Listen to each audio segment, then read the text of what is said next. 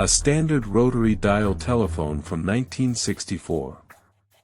The handset weighs precisely 1 pound. It is made of dense, durable black bakelite.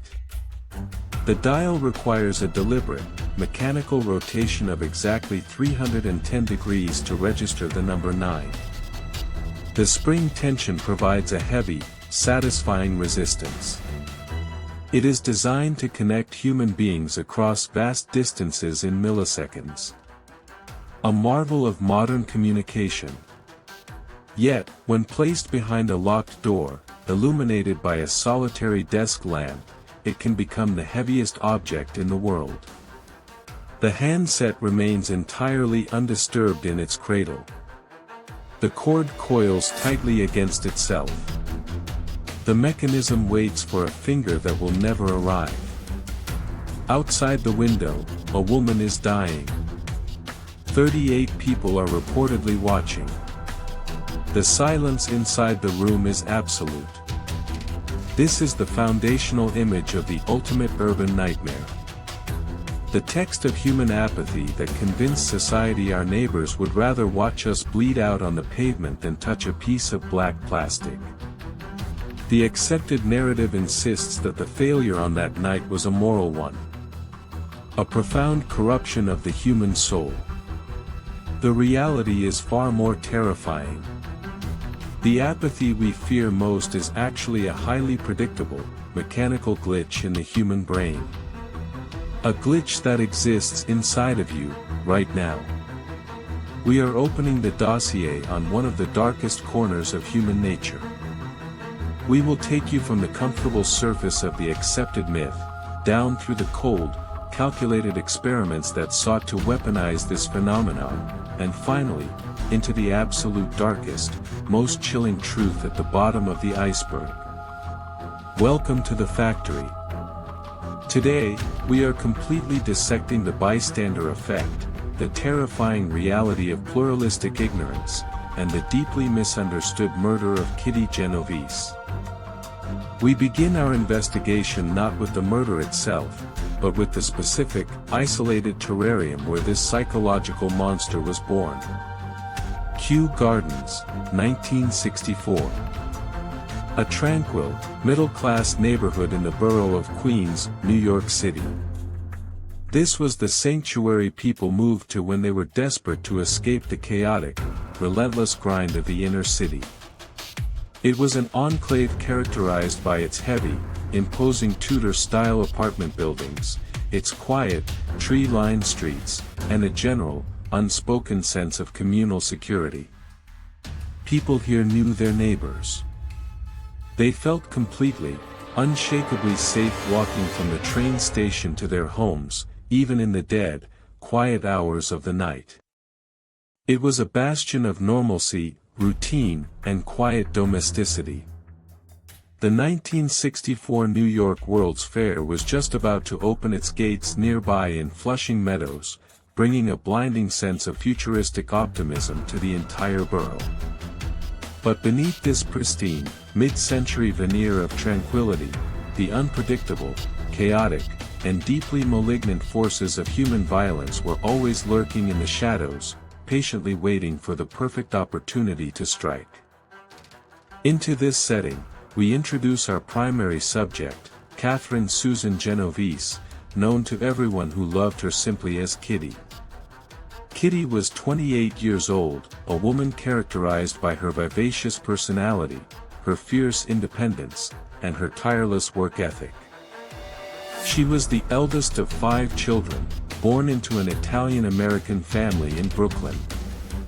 When her family decided to move to the quiet, predictable suburbs of Connecticut to escape the encroaching dangers and the shifting demographics of the city, Kitty made a bold, defining choice.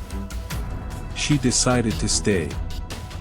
She loved the energy of New York, the vibrant nightlife, the endless possibilities. She was a thoroughly modern woman carving out her own path in a world that was still actively struggling with the concept of female independence.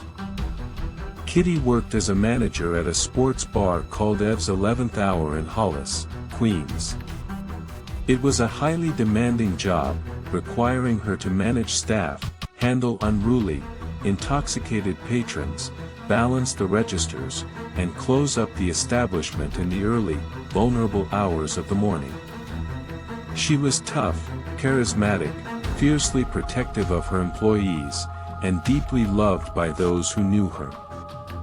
She shared a modest apartment in Kew Gardens with her partner, Mary and Zielonko. In an era when being gay was heavily stigmatized and forced into the shadows, Kitty and Mary lived a quiet, deeply committed domestic life during the day, while Kitty worked the demanding night shift. She was saving every penny she could to open her own Italian restaurant. She had dreams, she had ambitions, and she had a bright future that she was actively, painstakingly building with her own two hands. But on the absolute other side of this narrative, existing in a parallel world of dark, suppressed compulsions, was a man named Winston Moseley.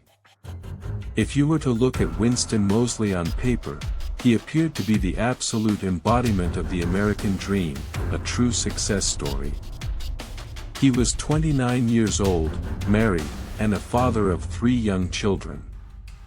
He owned a home in South Ozone Park, Queens.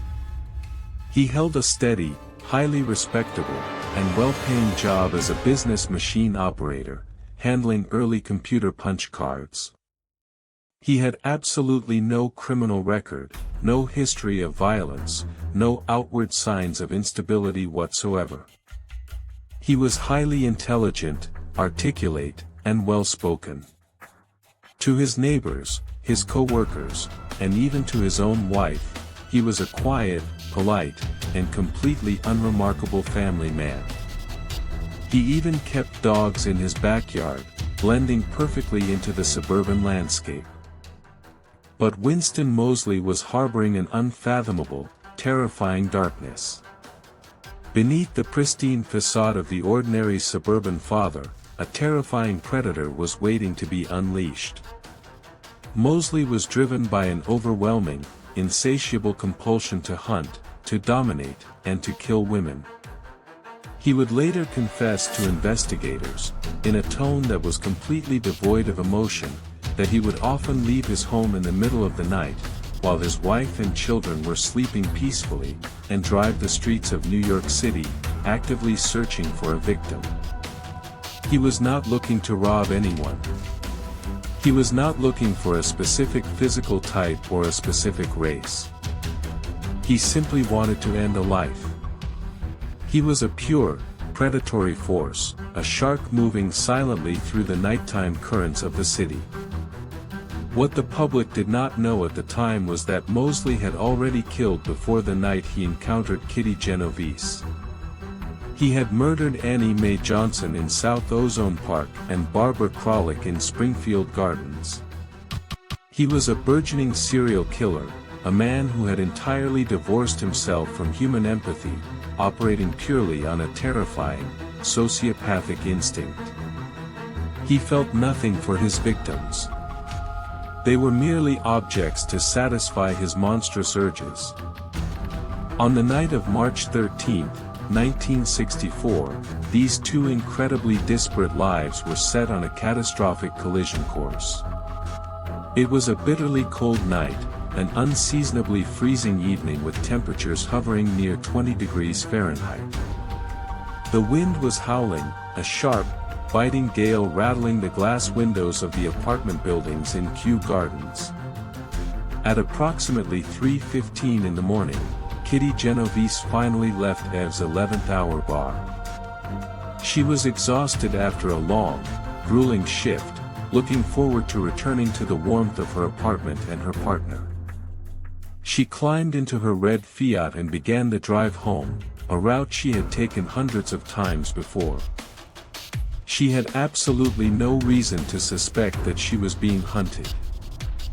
At the exact same time, Winston Moseley was cruising the streets in his white Chevrolet Corvair.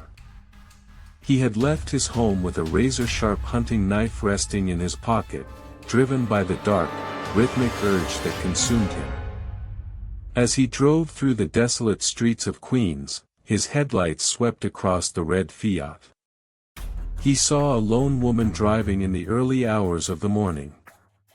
In that split second, the fatal decision was made. Kitty Genovese became his target.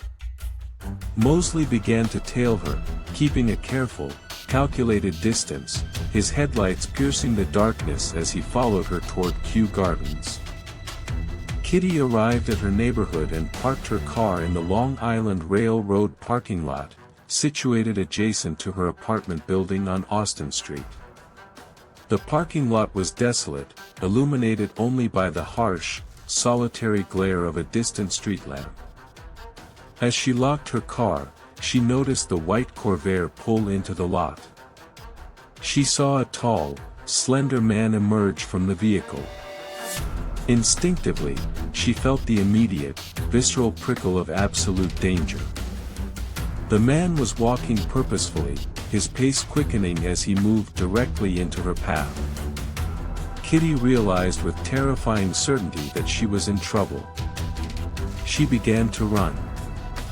She ran toward the front of her apartment building, hoping to reach the entrance, hoping to find safety behind a heavy locked door. She was wearing a coat, her footsteps echoing sharply on the freezing pavement. But Mosley was faster. He caught up to her before she could reach the safety of the building. He lunged at her, driving his hunting knife deep into her back twice. Kitty screamed, a piercing, desperate, agonizing cry that shattered the silence of the freezing night. She screamed, "Oh my God, he stabbed me. Help me. Help me." Her voice echoed through the concrete canyon of Austin Street, bouncing off the brick facades of the surrounding Tudor-style apartment buildings. The sound of her desperate screams awoke several residents. Lights began to flick on in the windows above, illuminating squares of yellow against the black brickwork. Silhouettes appeared against the glass as people peered out into the darkness, rubbing the sleep from their eyes, trying to see what was causing the commotion. On the 7th floor of an overlooking building, a man named Robert Moser aggressively opened his window.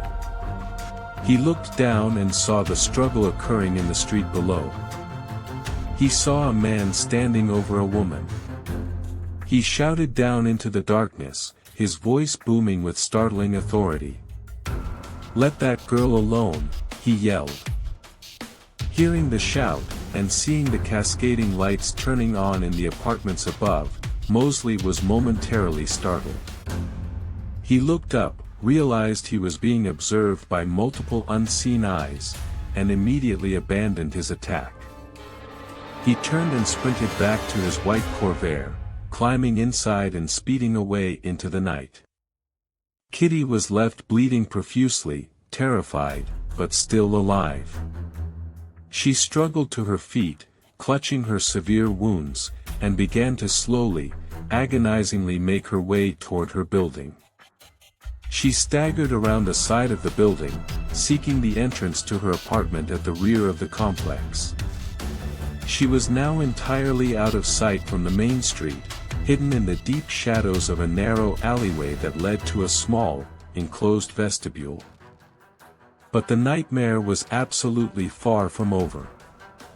Winston Mosley had not fled the scene completely. He had merely driven his car around the corner, parking it in a darker, much less conspicuous location. He waited. He sat in the freezing darkness of his car, his heart pounding, his adrenaline surging, gripping the steering wheel. He watched the apartment buildings intently. He waited for the lights to turn off. He waited for the police to arrive. He waited for the piercing wail of sirens. 10 minutes passed. Then 15. The street remained deathly quiet. The lights in the windows began to blink out, one by one, as the residents returned to their beds, assuming the disturbance was over, assuming it was just a drunken lover's quarrel, assuming someone else had surely called the authorities.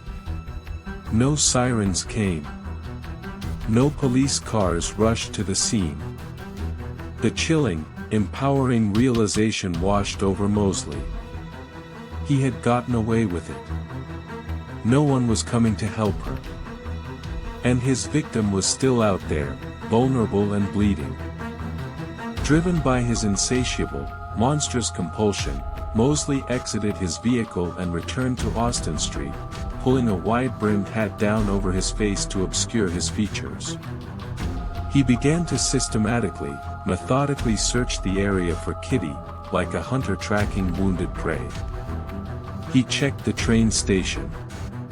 He checked the parking lot. Finally, he found the trail of blood.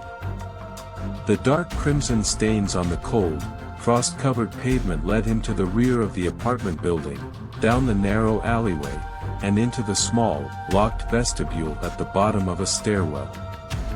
There, he found Kitty Genovese. She was slumped against a locked door, barely conscious, bleeding heavily, desperately trying to stay awake. She was completely defenseless, entirely trapped in the cramped space. Mosley resumed his attack with absolute, unrestrained savagery. He stabbed her multiple times, inflicting catastrophic, fatal injuries to her hands and torso as she tried feebly to defend herself. He then sexually assaulted her as she lay dying on the cold, tiled floor of the vestibule. He stole $49 from her wallet. Kitty screamed again, but her voice was much weaker now, muffled by the enclosed space of the stairwell and the overwhelming physical trauma she was enduring. The horrific attack lasted for several agonizing minutes. When Mosley was finally finished, he calmly wiped his bloody knife, walked out of the vestibule, and disappeared into the night. It was approximately 3:50 in the morning. A full 35 minutes had passed since the first agonizing attack. Kitty Genovese, the vibrant, ambitious young woman who loved New York, was dead. The murder of Kitty Genovese was a horrific, senseless tragedy, but in the sprawling, violent metropolis of New York City, it was initially just another grim statistic. It was just another homicide in a city that saw hundreds of them every single year. The police arrived, conducted their routine investigation, and within a matter of mere days, they managed to apprehend Winston Mosley. He was actually caught during a completely unrelated burglary arrest, when a suspicious neighbor noticed him moving a television set and called the police. Upon his arrest, Mosley confessed to the murder of Kitty Genovese, as well as the two other murders, with a chilling, completely detached calmness. He detailed every single aspect of his crimes without a shred of remorse or hesitation. For a brief moment, it seemed the story of Kitty Genovese would simply fade into the vast, dusty archives of forgotten true crime. But then, the narrative aggressively shifted, and the true psychological phenomenon began to take root in the cultural consciousness. 2 weeks after the murder, A.M. Rosenthal, the highly influential and powerful metropolitan editor of the New York Times, was having lunch with the city police commissioner, Michael Murphy. They were casually discussing various issues plaguing the city: crime rates, civil rights protests, the general unease of the urban population. During the conversation, Commissioner Murphy brought up the Genovese case. He casually mentioned a specific detail that had profoundly disturbed him and his detectives. He told Rosenthal that during the neighborhood canvass, detectives had discovered that numerous people in the surrounding apartment buildings had heard the screams and witnessed fragments of the attack, yet no one had physically intervened, and no one had called the police while the horrific assault was actively occurring. Murphy expressed his absolute bewilderment at this apparent profound, systemic apathy. Rosenthal was immediately, intensely captivated. He recognized the incredible, explosive journalistic potential of this single detail. This was not just a story about a violent murder. Murders happened every day. This was a story about the complete, terrifying breakdown of civil society. It was a searing indictment of the modern, urban human condition. Rosenthal rushed back to the newsroom and immediately assigned one of his top, most trusted reporters, Martin Gansberg, to investigate this specific, terrifying angle. He explicitly instructed Gansberg to focus entirely on the witnesses, to find out exactly who they were, what they saw, and most importantly, why they did absolutely nothing while a woman was butchered outside their windows. On March 27, 1964, the New York Times published an article that would fundamentally alter the course of psychological history and cement itself as one of the most famous pieces of journalism of the 20th century. The headline was plastered across the front page in stark, condemning type: 38 who saw murder didn't call the police.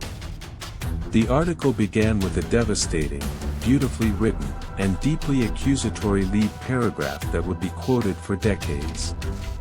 For more than half an hour, 38 respectable, law-abiding citizens in Queens watched a killer stalk and stab a woman in 3 separate attacks in Kew Gardens. Twice their chatter and the sudden glow of their bedroom lights interrupted him and frightened him off. Each time he returned, sought her out, and stabbed her again. Not one person telephoned the police during the assault. One witness called after the woman was dead. The impact of this single article was absolutely, unequivocally explosive. It struck a massive, vibrating chord in the collective consciousness of the American public. The story was immediately picked up by newspapers, television networks, and radio programs across the entire globe. It became an international, consuming sensation. The public reaction was one of profound outrage, intense disgust, and deep, existential terror. The 38 witnesses were universally, relentlessly condemned as cowards, as monsters, as the ultimate symbol of the cold, heartless, deeply alienated nature of modern urban life. Sermons were preached from church pulpits condemning their apathy. Politicians gave fiery speeches demanding action and moral renewal. The Soviet Union even seized upon the story, using it as potent anti-American propaganda, claiming it was absolute proof of the moral decay and rotten core of capitalist society. The narrative presented by the New York Times was clean, incredibly powerful, and utterly terrifying in its implications.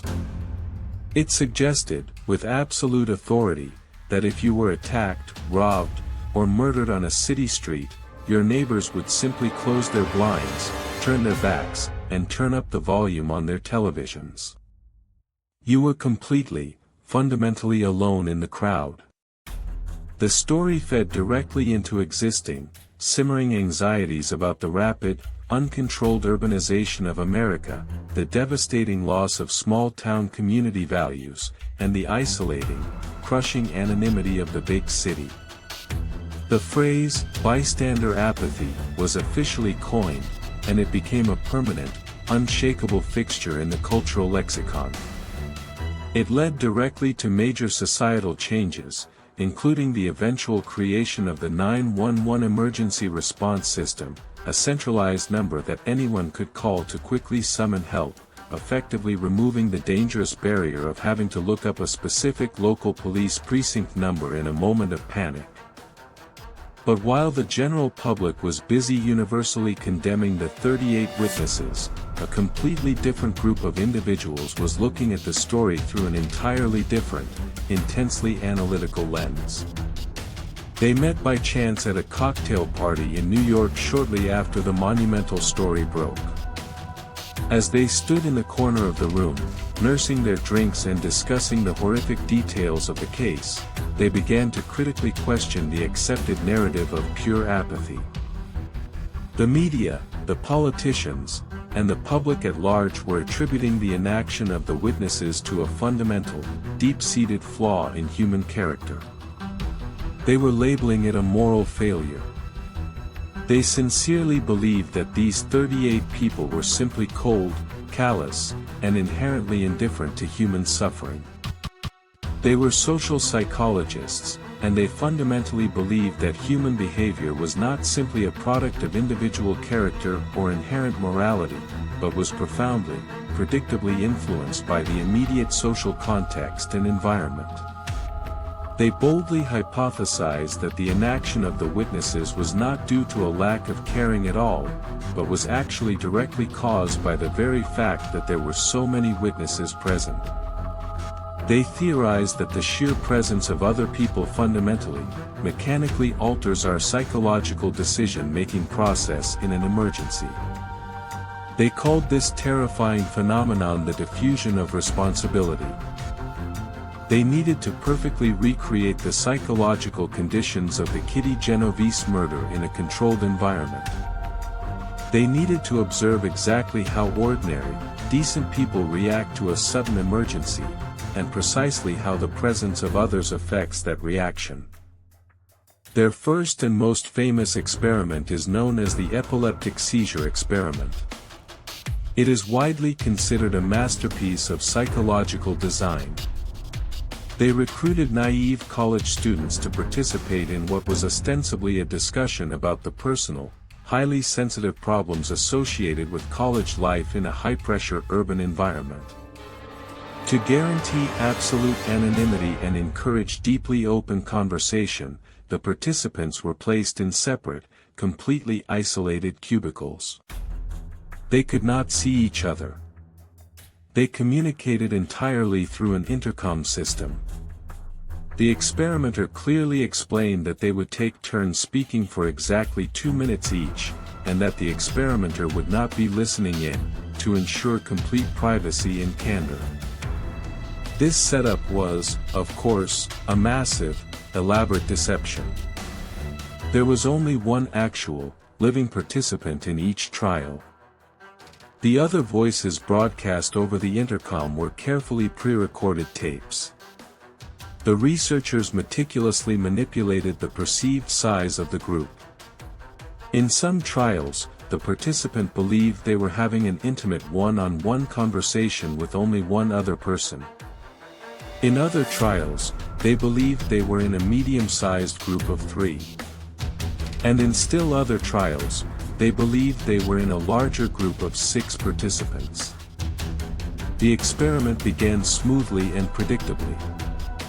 The first pre-recorded voice would introduce himself, casually but clearly mentioning that he was a pre-med student, that he found the city incredibly stressful, and most importantly, that he was prone to severe, life-threatening epileptic seizures when under extreme academic pressure. The turn would logically pass to the actual participant, who would speak their piece, and then to the other pre-recorded voices. The participant was completely engaged in the illusion. When it was the first voice's turn to speak again, the terrifying psychological manipulation officially began. The voice on the tape would start to stutter uncontrollably. The speech would become highly erratic and deeply distressed. The voice would cry out, I'm having a fit. I need some help. If somebody could just help me out. I'm going to die. I'm going to die. I'm having a real problem. Then, the horrifying, chilling sounds of a severe physical seizure would broadcast loudly over the intercom. The agonizing sounds of choking. Desperate gasping for air. The violent sound of a body thrashing wildly against a wooden desk. And then, the most terrifying sound of all, total, suffocating, dead silence. The actual participant, sitting completely alone in their tiny, isolated cubicle, was suddenly, violently thrust into a harrowing, life-or-death emergency. They had to make an immediate, critical decision. Would they tear off their headphones, leave their cubicle, sprint down the hall, and desperately search for the experimenter to get help? Or would they sit there, paralyzed, and do absolutely nothing? When participants believed they were the absolute only person listening to the agonizing seizure, a remarkable 85% of them immediately left their cubicles to get help. The average time it took them to physically respond was less than 52 seconds. When faced with an emergency and the absolute, terrifying knowledge that they were the sole, exclusive source of help, the vast majority of human beings acted swiftly, compassionately, and decisively to intervene. They were not cold. They were not apathetic. They were instant heroes. However, as the perceived size of the group increased, the rate of human intervention plummeted dramatically and horrifyingly. When participants firmly believed they were in a group of 3, only 62% intervened. And when they believed they were in a larger group of 6, a mere 31% of participants ever left their cubicles. An astounding 69% of the people who believed there were 4 other witnesses did absolutely nothing. They sat perfectly still in their isolated cubicles, sweating, listening to a man seemingly choked to death, and they did not move a single muscle to save him. Why? It was absolutely not because they did not care. Post-experiment interviews and psychological evaluations revealed that the non-intervening participants were often in a state of extreme, agonizing psychological distress. They were physically sweating. They were visibly trembling. They were deeply, profoundly anxious. They desperately wanted to help the dying man. But they were completely, inextricably paralyzed by the heavy psychological weight of the perceived group. This is the absolute core essence of the diffusion of responsibility. When you are the only witness to an emergency, 100% of the heavy, crushing responsibility to act falls entirely on your shoulders. If you do not act, the victim suffers or dies, and the crippling guilt is entirely, exclusively yours. But when there are other witnesses, that massive responsibility is mechanically divided. If there are 10 witnesses, you only mentally hold 10% of the responsibility. You automatically assume, subconsciously, that someone else has already called for help, or that someone else is more medically qualified to intervene, or that if no one else is actively panicking, perhaps the situation is not as dire as it sounds. This leads us directly to the second critical, deeply insidious component of the bystander effect: pluralistic ignorance. In this deeply unsettling scenario, a naive participant was placed in a small, windowless waiting room and asked to fill out a lengthy psychological questionnaire. As they diligently worked, thick, white, acrid smoke began to visibly pour into the room through a small ventilation grate in the wall. It was an incredibly ambiguous, potentially highly lethal situation. Was it a fire? Was it a toxic gas leak? Was it a harmless steam pipe? When participants were completely alone in the room, they almost always immediately investigated the smoke, quickly leaving the room to report the potential fire to the experimenter in the hallway. However, when the exact same participant was placed in the room with 2 other people, who were actually trained Confederates secretly working for the experimenters and strictly instructed to completely, casually ignore the smoke, the results were genuinely terrifying. As the thick smoke aggressively filled the small room, growing denser and thicker until the participants were literally violently coughing and wiping their stinging, watering eyes, the Confederates continued to calmly, robotically fill out their questionnaires, acting as if absolutely nothing was wrong. The actual participant would nervously look at the smoke, then anxiously look at the Confederates. Seeing that the others were completely unbothered and thoroughly engaged in their paperwork, the participant would rationally, logically conclude that the smoke must not actually be dangerous. They used the calm, unbothered demeanor of the group as concrete social proof that there was no real emergency. An astonishingly low 10% of participants in this specific condition ever reported the terrifying smoke. They were perfectly willing to sit in a claustrophobic room rapidly filling with potentially toxic, blinding gas, simply because the social cues radiating from those around them dictated that everything was completely fine. They conducted numerous other experiments to solidify their theory. In the falling cabinet experiment, they had participants wait in a room while the experimenter went into the next room. They then played a loud crash and the sound of the experimenter screaming in pain, claiming a heavy bookcase had fallen on them. Again, the presence of passive Confederates drastically reduced the likelihood of the participant helping. They even staged fake robberies in discount stores. The results were always identical. The presence of others is a psychological paralytic. They had conclusively proven that the apparent failure of the 38 witnesses was not a moral failing or a symptom of a sick society, but a highly predictable, hardwired psychological response to a complex, confusing social situation. Based on their extensive research, they outlined a rigid, 5-step cognitive model that every single bystander must successfully, rapidly navigate in order to intervene in an emergency. First, they must consciously notice the event. In a busy, noisy, deeply distracting urban environment, this is absolutely not guaranteed. People are often focused on their own thoughts or destinations. Second, they must actively interpret the event as a genuine emergency. Many violent or dangerous situations are highly ambiguous. Is it a violent assault, or a playful, aggressive argument between two intoxicated friends? Pluralistic ignorance often entirely blocks intervention at this crucial stage. Third, they must personally assume responsibility.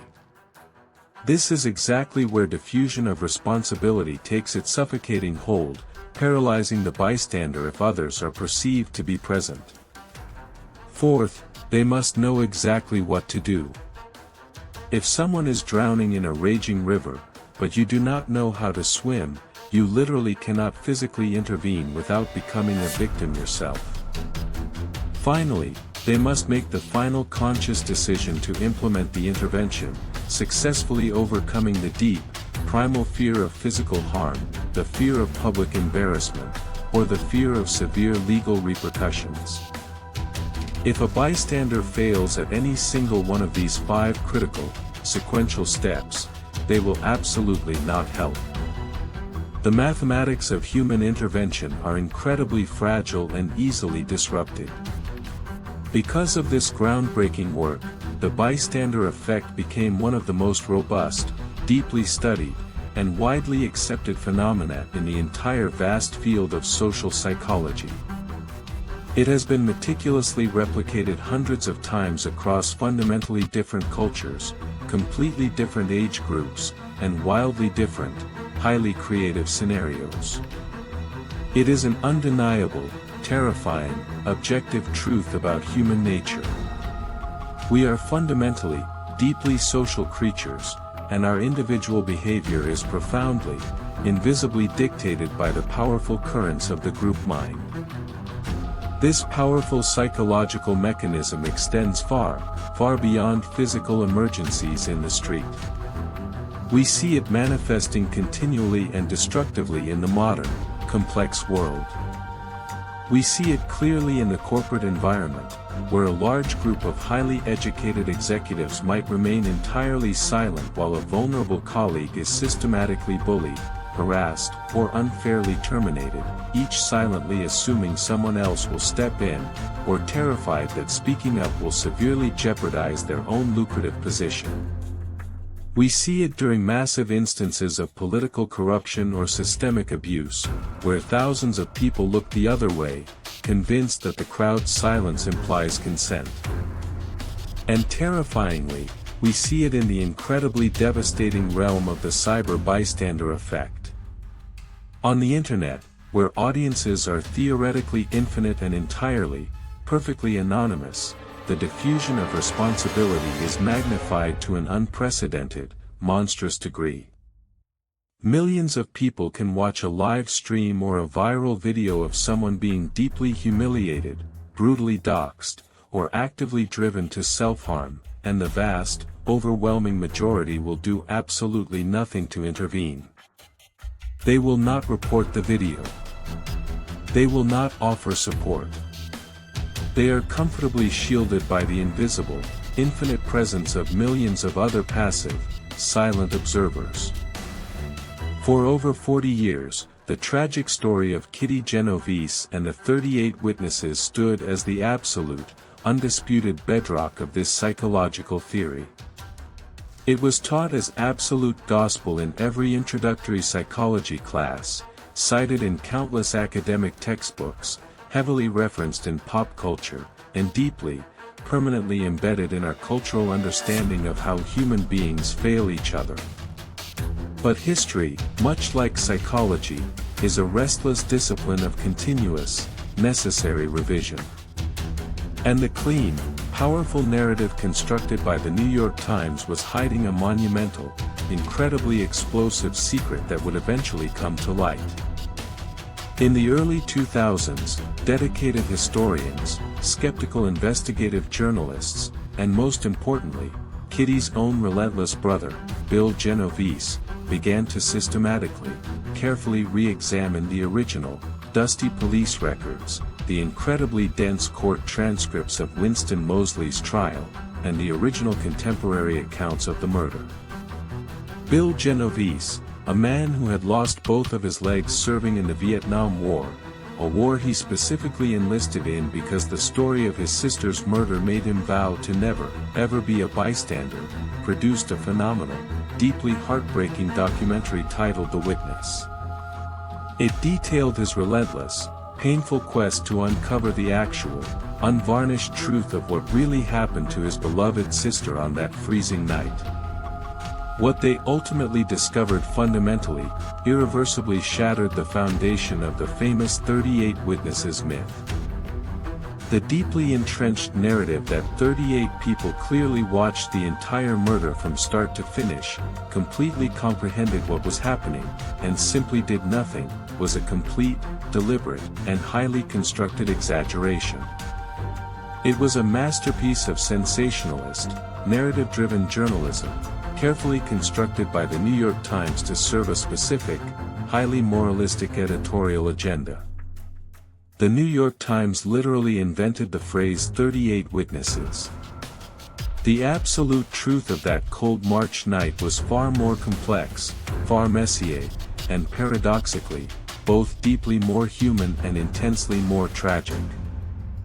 First and foremost, the physical geography of the vicious attacks made it physically, optically impossible for any single witness to see the entire horrific event. The initial attack occurred out on Austin Street, a public thoroughfare. The second, absolutely fatal attack occurred in a deeply recessed, completely enclosed vestibule at the absolute rear of the building, completely hidden from the view of the street-facing apartments. No one, absolutely no one, watched the entire murder violently unfold like a stage play. The witnesses heard fragmented, confusing sounds. They saw disjointed, fleeting shadows. They saw a man running away. They saw a woman staggering. It was not a clear, continuous narrative to anyone observing from above. Second, the exact, highly specific number of 38 was largely a complete fabrication. It was haphazardly pulled together from a rough list of anyone the weary police had briefly interviewed in the entire neighborhood, regardless of what they actually saw, heard, or comprehended. Many of the people on that list were completely asleep for the entirety of the attack. Some heard a brief scream but rationally assumed it was a drunken argument leaving the nearby bar, a highly common, nightly occurrence in that specific area. Remember, this was 1964. There was absolutely no air conditioning. In the freezing, bitter weather, heavy windows were tightly closed, severely distorting and muffling the sounds from the street below. Most importantly, the absolute core claim of the famous article, the claim that ignited the moral panic, that no one intervened and absolutely no one called the police, was a categorical, verifiable lie. People did act. Robert Moser, the man who aggressively opened his window and loudly shouted, "Let that girl alone," effectively, physically stopped the first attack. He actively intervened. He used his voice to disrupt the terrifying predator. And contrary to the deeply entrenched myth, at least 2 people absolutely did call the police during the initial, chaotic assault. One of those proactive people was a woman named Hattie Carmichael. She heard the desperate screams, recognized the extreme, violent danger, and immediately dialed the local police precinct. Another man named Michael Farrar also called. However, the police response was incredibly lethargic and entirely inadequate. They highly likely dismissed the calls as a routine domestic dispute, a low-priority call in an era before domestic violence was treated with the severe urgency it absolutely demands. The police simply did not arrive in time to prevent the second attack. The profound failure of that night was not solely on the part of the bystanders, but significantly, heavily on the systemic inadequacy and the tragic slow response of the police force itself. Furthermore, the most profound, deeply moving counter-narrative to the cynical myth of pure apathy is the incredible, tragic story of Sophia Farrar. Sophia was Kitty's immediate neighbor and a very close friend. When the second, fatal attack occurred in the hidden stairwell, a terrified, highly conflicted neighbor named Carl Ross witnessed a small portion of it. Ross was deeply conflicted, absolutely terrified to get involved, a true, textbook victim of the bystander effect in its purest form. But he finally called a friend for advice, and then awkwardly climbed out his window to access Sophia Farrar's apartment. He desperately told her what was happening in the hallway. Sophia Farrar did absolutely not hesitate for a single fraction of a second. She did not experience any diffusion of responsibility. She did not wait for the police to arrive. She immediately threw open her door and sprinted down the hallway and down the stairs toward the bloody vestibule, completely unarmed, in her nightgown, absolutely not knowing if the brutal killer with the hunting knife was still there, waiting in the dark shadows to strike again. She rushed blindly into the bloody stairwell and found her dying friend. She dropped to the cold, hard floor, completely disregarding her own safety, gathered Kitty into her arms, and held her closely as she took her final, agonizing breaths. Kitty Genovese absolutely did not die entirely alone on a cold sidewalk while her callous neighbors watched in pure apathy. She died in the warm, fiercely protective arms of a deeply courageous friend who had risked her own life to offer her comfort in her final moments. This stunning revelation, the beautiful discovery of Sophia Farrar's immense bravery, and the verifiable fact that calls to the police were indeed made, forces us to completely, fundamentally reevaluate the entire historical legacy of this tragedy. If the story of the 38 witnesses was largely a media fabrication, a constructed narrative designed to sell papers and provoke outrage, why did it take hold with such absolute, unshakable power? Why did entire society accept it as the unvarnished, gospel truth for over 40 years? The deep, unsettling answer lies in the profound, desperate psychological need of the human mind to make sense of senseless, random violence. When a horrific, highly chaotic event occurs, society desperately, urgently seeks a cohesive narrative that provides some semblance of order, even if that specific order is incredibly grim and depressing. The horrifying idea that a predatory, calculating monster like Winston Moseley can strike completely randomly, violently destroying a vibrant, beautiful life in an instant, for absolutely no reason, is existentially terrifying. It brutally highlights our absolute, fragile vulnerability in the modern world. But the constructed narrative of the 38 witnesses offered a completely different kind of explanation. It conveniently shifted the intense focus from the terrifying, uncontrollable randomness of the killer to the supposed moral failing of society itself. By aggressively blaming the bystanders, we secretly, subconsciously create a false, comforting sense of control.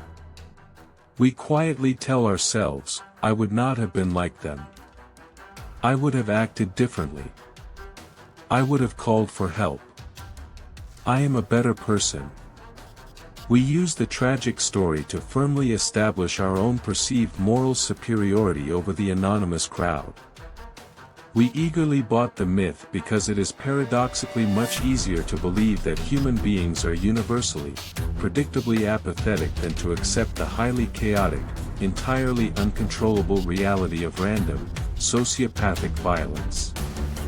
The New York Times article essentially provided a convenient, socially acceptable scapegoat for the deep, underlying terror of urban existence. In 2004, on the 40th anniversary of the murder, the New York Times finally published an article acknowledging the severe flaws and gross exaggerations in their original reporting. They admitted that the story of the 38 witnesses was largely a myth. Winston Moseley, the true monster of the story, died in prison in 2016 at the age of 83, having spent over 50 years behind bars, never showing a single ounce of genuine remorse for the lives he violently extinguished. But here is the ultimate, deeply chilling paradox that we absolutely must confront in the factory today. The story of Kitty Genovese, the foundational, original text of the Bystander Effect, was built almost entirely on a foundation of journalistic exaggeration and selective reporting. The 38 witnesses did not clearly watch in complete, unfeeling apathy. The epileptic seizure experiments were not faked. The smoke-filled room experiments were absolutely genuine. The hundreds upon hundreds of subsequent, highly rigorous studies confirming the bystander effect were absolutely not fabricated. The horrific, deeply unsettling reality is that while the specific, granular details of the Genovese case were manipulated by the press, the fundamental, underlying truth about human behavior remains incredibly intact.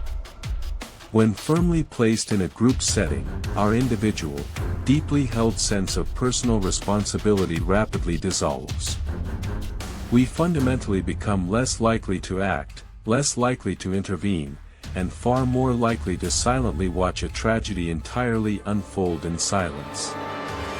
The powerful myth of the 38 witnesses may have been successfully debunked by historians, but the deep, primal darkness it sought to expose still absolutely resides within every single one of us. We are all highly susceptible to the paralyzing effect of the crowd. We are all thoroughly capable of standing by while another human being deeply suffers, seamlessly convincing ourselves that it is not our problem, that someone else will surely handle it, that the situation is simply not as dire as it appears to be. The tragic murder of Kitty Genovese is not just a fascinating historical true crime case. It is a dark, highly reflective mirror held up to the very face of society, perfectly reflecting our deepest fears, our inherent vulnerabilities, and our immense capacity for both profound, selfless courage and devastating, catastrophic inaction. It is a stark, daily reminder that the line between hero and bystander is incredibly, dangerously thin, dictated most often not by our inherent moral character, but by the subtle, deeply invisible pressures of the social environment constantly surrounding us. As you navigate the complex world, moving rapidly through crowded city streets, bustling, stressful offices, and the infinite, chaotic, crowded expanse of the digital realm, you must remain acutely, constantly hyper-aware of this powerful psychological trap.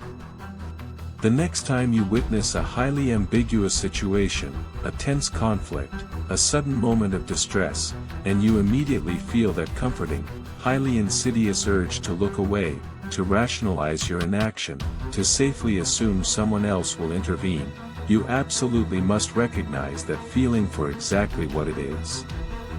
It is the powerful diffusion of responsibility actively taking hold of your mind. You must vividly remember the freezing, bloody night in Kew Gardens. You must remember the brutal, undeniable reality of the violence. You must remember the terrifying paralysis of the crowd. But above all else, you must deeply remember the absolute, unhesitating, beautiful courage of Sophia Farrar, running blindly into the darkness to comfort her friend. You must actively, consciously, and constantly fight the deep psychological programming that loudly tells you to remain passive and safe. You must actively choose to be the one who boldly steps forward, the one who loudly breaks the silence, the one who willingly assumes the terrible, heavy burden of responsibility. Because if you simply wait for the anonymous crowd to act, you may be waiting until it is far, far too late. The factory doors are closing for tonight. Until next time, keep your eyes wide open, question every narrative, and never, ever assume that someone else is going to save the day.